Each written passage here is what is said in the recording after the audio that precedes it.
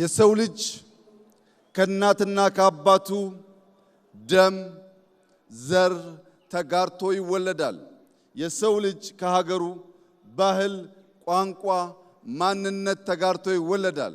የዛሬ አየር ወለዶች ደግሞ ከእናት ከአባታቸው ከድንቂቷ ኢትዮጵያ ሀገራቸው እንዲሁም ከአየር የተወለዱ የኢትዮጵያ ልዩ ስጦታዎች ናቸው።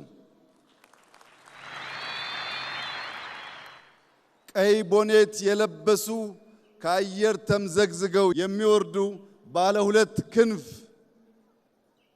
ልዩ ተምዘግዛጊ አየር ወለዶች በአንደኛው ክንፍ ዓላማ፣ በሌላኛው ክንፍ ዲሲፕሊን አንግበው ከአየር የሚወርዱ ውጊያ የሚያስቀሩ ውጊያ የሚጨርሱ የአፍሪካ የነጻነት ቀንዲል የሆነውን አረንጓዴ፣ ቢጫ፣ ቀይ ሰንደቃችንን በድል የሚያውለበልቡ ጀግኖች ስለሆኑ የሚገባቸውን ክብር እንደ ሀገር በጋራ እንድሰጣቸው በታላቅ ትህትና እጠይቃለሁ።